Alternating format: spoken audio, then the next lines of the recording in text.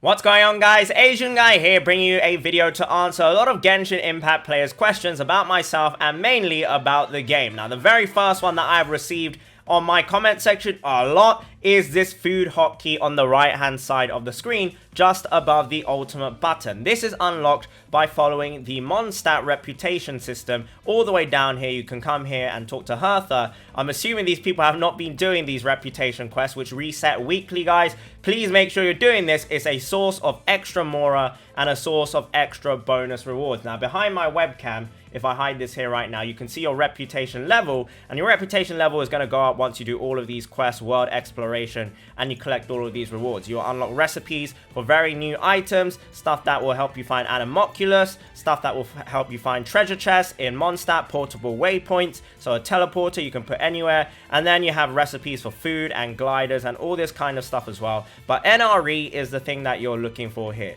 Mondstadt reputation level 5 nutrition, ready to eat meal in a pouch. Now what this will do, if you go to your bag, let me quickly turn my webcam back on. If you go to your bag here, guys, you will have this gadget item or gadget section, which is, I believe, it's like in the shape of a pouch here with a lightning bolt. But this is where you can find all your gadgets that you will unlock from all of these different reputation systems. Now, there is one for Liyue, and there is also a separate one for Mondstadt. You can technically level them up at the same time, but it's better to focus on one first and then move on to the other, unless you really want the aesthetic changes in the gliders. That's pretty much it. I would say get to level 6 on one and then move to level 6 on the other, and then you can continue working on the other ones again. So this one will help me find Animoculus. This one will allow me to store food, whichever one I want to, and I can just press the Z key and I'll be able to activate the food ASAP. And the portable waypoint will allow me to put a teleporter anywhere on the map. I'll show you guys that in a moment, but the first thing, guys, I've seen a lot of people make a big mistake on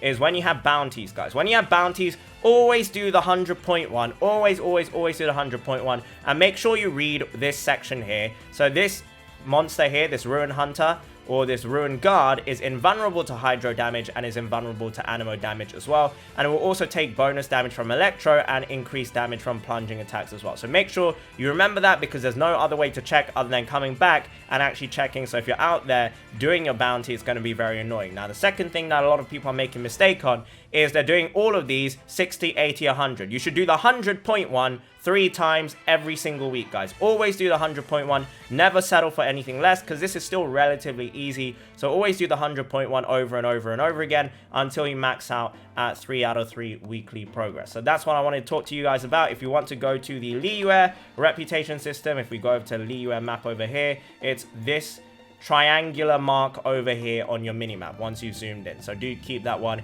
in mind. Let's move on to question 2. Very quickly before I forget, guys, the nutrition ready to eat, the Z key that I have on my screen right now, the gadget, you actually have to craft it with Wagner. A lot of people went to the other crafting table next to Timaeus and got very lost. Portable waypoint and other gadgets, so you have to craft at the crafting table. I don't know why they didn't specify that earlier, but you know, it is what it is. Question number 2 is about artifacts. Why do I have so many 1 or 2 star artifacts? Well, I do a daily artifact route, which you can see with all these star marks that I've marked on my map here. And I also have a portable waypoint here, which I want to show you guys here. And this is the one I really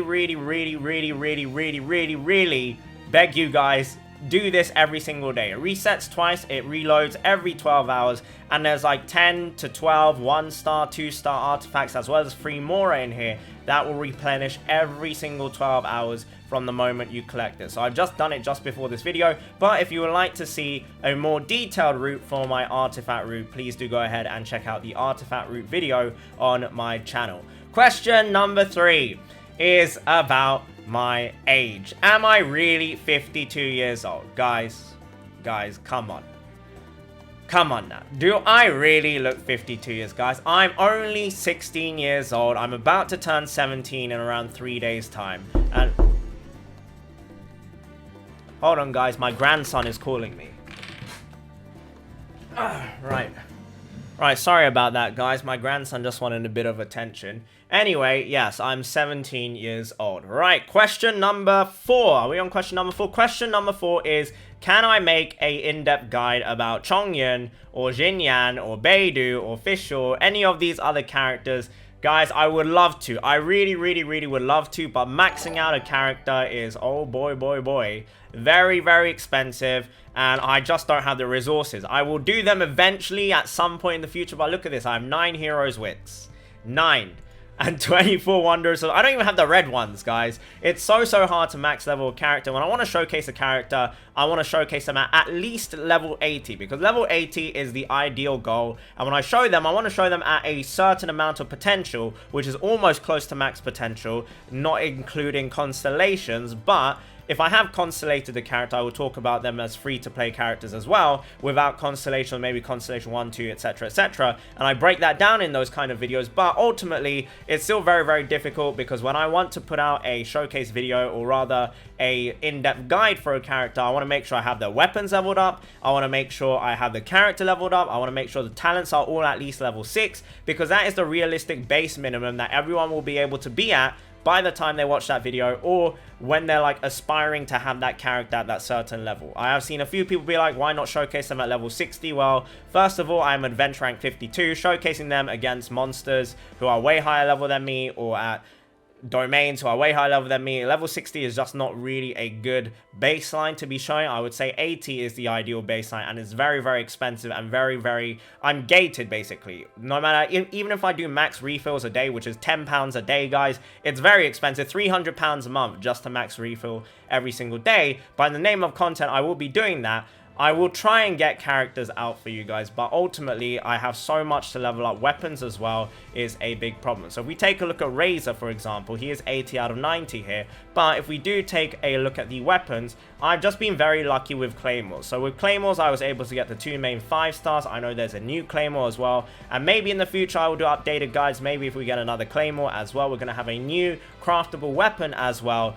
And all of this stuff, you know, I've just been lucky with the Claymore. It's just been convenient for me to have these leveled up, because I really like playing with Claymore characters. But for other things, other characters, it's very difficult for me to bring out guides, because I don't want them to be showcasing like level 60, level 70, underpowered characters. Like for me, I wouldn't watch a guide of someone whose character is severely weaker than mine, or is just not reached their potential that's optimal. So yeah, hopefully that makes sense. Hopefully people understand. And to tie into that is going to be the next question, which is X or Y or Z character better than X, Y, or Z character? And ultimately, guys, that's something you have to decide for yourself. I know some people want to be spoon-fed the information, but if you don't like a character's playstyle, you're not going to have fun on the game. You're not going to be able to enjoy or utilize them to the maximum if you're not actually enjoying what you're doing. And I think that's true for absolutely everyone. So ultimately, you have to decide whether you like that playstyle of that character or not. For example, Fischl, for me, is, in my opinion, one of the best 4 stars in the game. But I really don't like playing with her bow, which is why I went for Razor. I really like Razor's aesthetics. I really like Razor as a character, his voice actor, everything about him. I love playing with the Claymore. Very simple playstyle. And that's something that I really like. Keqing, on the other hand, for example, does a lot of damage just like Razor, but her playstyle is completely different, and some people prefer playing with the sword. So ultimately, guys, it's not really a case of which character is better, this one or that one. It's more of a case of which one do you personally prefer. Any character is viable in the game, because as I'm making this video, guys, Enviosity has officially cleared floor 12 using only 7 characters, as opposed to the maximum of 8 characters. Only 7, and all of them are free-to-play characters as well. So there's absolutely no excuses about saying, oh, I can't beat this or that, because every character can beat this or that at the moment in the game. Let's move on. Okay, the next question is about the main traveler. So I believe this guy's name is Ether, something like that, and the other one is Luminaire. Again, I always say this, guys, I wish I picked Luminaire, because when she ults in the Geo form, she will kick. She kicks the ultimate, and I think that looks really cool. Now, this guy, I think, very underrated. A lot of tier lists before the game came out said these two were trash. So like B, C tier, and I gotta disagree, because they actually do a lot of damage. Look at that. 5-digit numbers just from an E, and the E is a very low cooldown. So there is a lot of damage potential to be had there, and it really depends on your build. Ultimately, if you have the artifacts, guys, anyone is useful, and you can build anyone and everyone however you really want to do that. So there you go, 12.3k damage, and his ultimate's already back up as well. So it really depends on your team composition. Loads of characters are super viable. loads of characters will do a lot of damage, and especially on a short cooldown, which is what I really like about this. So I'm really happy that Zhongli came out, so I actually had a reason to build this guy, because he's really putting in work now, and I will do a detailed build on him in the future. He's also very, very easy, or she is also very, very easy, depending on which one you have, to ascend, because you don't need to farm Ascension materials. The Ascension materials will all come from Catherine when you do your level ups of your adventure rank. So yeah, let's move on to the next question. Okay, so the next question I'm receiving a lot is this team okay? What can I do to replace this team? Or which DPS character should I be investing in? Ultimately, guys, and I know I say ultimately a lot, but this one is definitely an ultimately for the overworld, for the generic game, for domains, for stuff like these cryo registine or this electro hypostasis. All of this stuff is really easy content, and it really doesn't matter which characters you're using. Pick the ones that you're having fun with. The only time you really need to care too much about builds and how to run your characters is for difficult content, and difficult content is the Spiral Abyss. Floors 9 to 12 are going to be floors that will reset every 2 weeks, and this will give you gems, primo gems, it will give you Mora, and you'll also be getting rewards as well. So reward previews, you'll be getting all of these for just completing these floors. So you get Mora, Hero's Wit, Mystic Enhancement Ore, and also all of this. These are 5-star artifacts and 4-star artifacts that you'll get for free. I say free because floor 12 is definitely not free to play friendly. Even though there are people who have cleared it who are purely free to play, it's still very difficult for people who are inexperienced to this kind of RPG style or even gacha game style of game. So when you're coming into Spiral Abyss, guys, you are going to have to make 2 different teams. So ultimately, I've said it again, but you need 8 characters, and for most of these teams you'll need to have 1 main DPS. In fact, both of these teams you absolutely need to have 1 main DPS each. So the minimum for everyone, they should be building up at least 2 main DPS characters, which is why when I see questions like, oh, is it bad for me to have 2 electro characters or 2 pyro characters, it's not bad at all, because you can split them up in this, or you can even use them together, because in some instances maybe you do want to use them together. But for the most part, it's good to have 2 different main DPSs invested in, and maybe a support DPS and then some level 60 supports. So level 60, as you can see here, I've got a lot of characters at level 60, and the reason why I have a lot of characters at level 60 is because at level 60 you will unlock their final talent in their level up chain. So level 60 for supports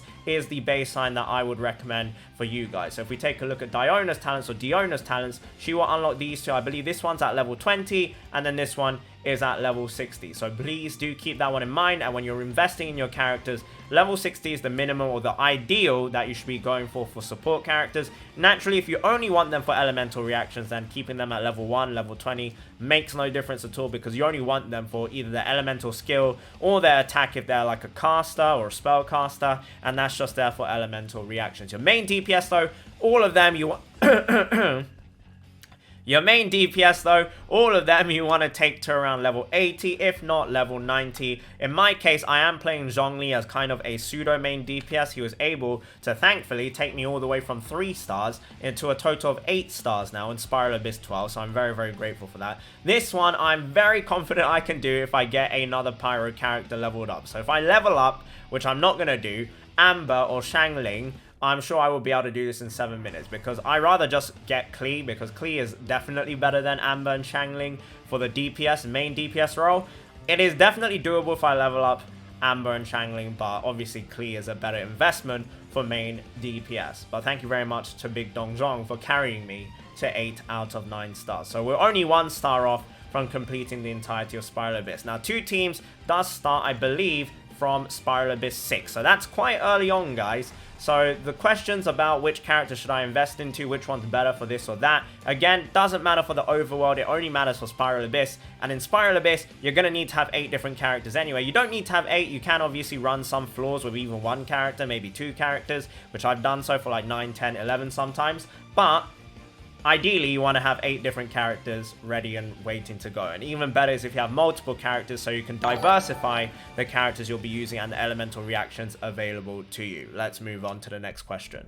Next question, will I ever make a tier list, or who do I think are the best characters in the game? Tier list, maybe in the future, but it's such a very, very controversial and also very sticky gray area, because ultimately playstyle makes all the difference in the world. Whether or not you can, be a master's degree iframe student or someone who doesn't really like dodging or someone who's new to the game is very different, because every character has different skill ceilings as well. But for overall best character in the game, for me, it's either going to be Venti or Mona. Venti's ultimate is just so priceless. It's one of the strongest ultimates in the game. Really powerful character, and he's also very good for exploration as well. Mona, on the other hand, though, exploration, absolutely top tier. One of the fastest movers on the ground and also on water. She has a fantastic utility passive, which is the equivalent of saving you resin and farming time, which is huge. She is able to refund you some weapon ascension materials, which is massive, and I really wish I did have Mona. And she's amazing as a support character. She has a taunt. Her Hydro ult is really good. It boosts damage taken by the enemy, which is huge for absolutely anyone. Everyone benefits from that. And then even as a main DPS, because of how useful that ultimate is, and also because the weapons in the game, if you are a little bit pay to win, some of the weapons are pretty dang good, including the Battle Pass one as well. So Mona, in my opinion, is the most overall best character in the game, and I unfortunately do not have her just yet. In terms of main DPS right now, because the meta surrounds the Spiral Abyss, it's got to be Klee or Diluc. Either one of those two, or rather those two, are like the joint best characters for Spiral Abyss, because they're just so useful. And Pyro and Water put together, or Pyro and Cryo put together, is pretty dang strong. Alrighty guys, if you have watched up to this point of the video, thank you very much. If you still have any Genshin Impact related questions that you think will be benefit for me to answer to everybody, rather than very specific personal ones like, oh, what do you think of my team build, or what do you think of this character versus this character, that kind of stuff is not very helpful to everyone, and rather specifically an individual. If you have any questions though that are helpful to the majority of people who will be watching this, please do feel free to ask. I will now be moving on to very personal questions about myself and what lots of people have been asking about me. So if you came for the Genshin Impact related memes, then that's absolutely a-okay. Thank you very much for watching. So the first question is, who is my favorite character in Genshin Impact? I don't think this is any secret, but it's very obvious. I have a few.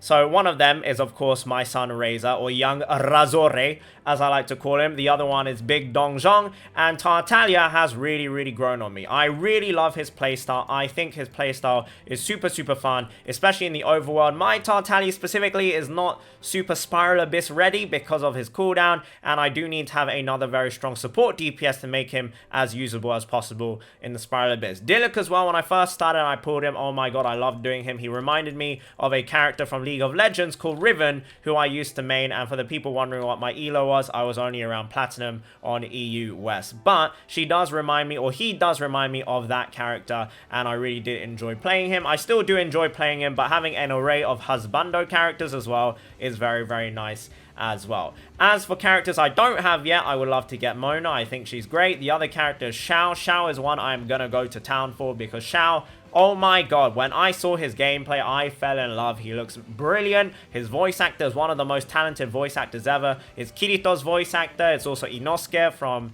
Kimetsu no Yaiba, and there's loads of other talented roles he's done. Betelgeuse from ReZero, which I have to say is one of the best voice acting performances I've ever seen in anime, but that's the inner weeb of me coming out. If you would like to know what my anime taste is like, I will tell you right now that Gintama and Haikyuu are my two favorite series of all time. Gintama at a very strong #1. So any Gintama fans out there, I love you guys whether you hate me or not. So let's take a look. What else was the other question I received a lot? Do I, or rather, how do I have so much time to reply to comments, to play the game, spend on the game, do my, like, whatever else I do, daily routine, and spend time with my wife, as well as my beautiful daughter, Josephine Joestar? Well, I don't, guys. The reality is I don't. I'm ending up cutting on sleep. It's not healthy. I'm going to cut down on that. I do want to get videos out daily for you guys, but there's some points where I just got to stop. And streaming as well. I want to focus on streaming as well. But for me,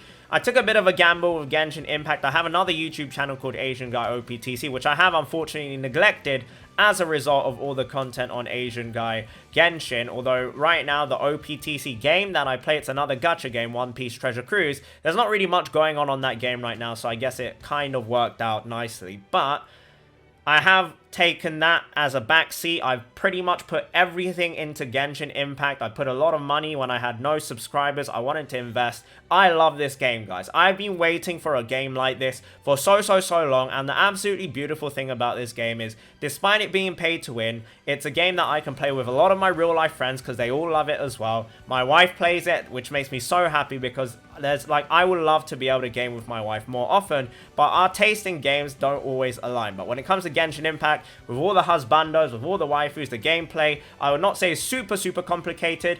It's a game that we can all very much enjoy together. So Genshin Impact, it's something that I would love to make a career off of, and this is just me being very honest with you guys. The sole motivation is of course not money, but it is because I really love making videos and content, and you can see that from all the different YouTube channels. For the people who have been following me from day one, I've moved from so many different games and so many different communities because there are many games that I love playing, but Genshin Impact as a weeb, it is like a dream come true. So my gaming history is FIFA, into... No, I actually started off with Club Penguin, old school RuneScape, or RuneScape rather, before it became old school. Then Call of Duty, FIFA, and then League of Legends, back to RuneScape, and then a bunch of different PC games like Overwatch. And then I found One Piece Treasure Cruise, Bleach, Brave Souls. There's other games I have looked at briefly, like Dokkan, loads of other anime games, Fate Grand Order, Grand Blue Fantasy, Epic 7, all of that kind of stuff I am aware of, and Jump Ore Collection as well. But we have made our way across to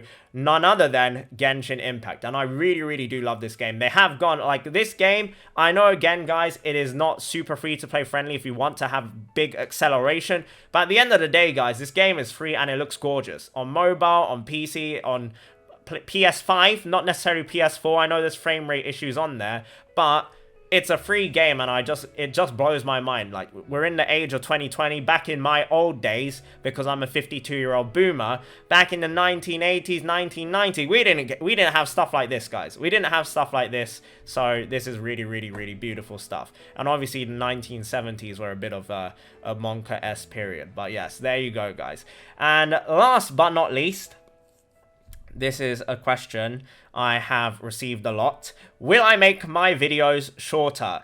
I like talking, guys. I really have a runny mouth, and it doesn't stop running, and I'm sorry about that. But if you would like to watch my videos on 1.5 or 2 times speed, you're welcome to do so. If my videos are too long for you, then I understand. You don't have to watch my videos. I'm not pointing a gun to your head and being like, watch my videos or I'm gonna come hunt you down. I'm not gonna do that. If you don't want to watch, that's absolutely a-okay. I make videos for people who want to watch them, and for myself and family as well. Thank you guys so much for watching, and I think that is all I want to cover today. If there are any other questions that you have, burning questions, you can have personal questions on there as well, like for your own character box or your own characters. If there's something you want to ask me, I will try and reply to as many comments as possible. As you guys know, my channel has kind of taken off a little bit compared to before, and I made a few foolish promises saying that yes, for the next 2 weeks or so, blah blah, I will be replying to every single comment on this video, and that has backfired severely, guys. I have tried my best. Like, if you go take a look at my Razor guide, it's on 100-something thousand views as I'm making this video, and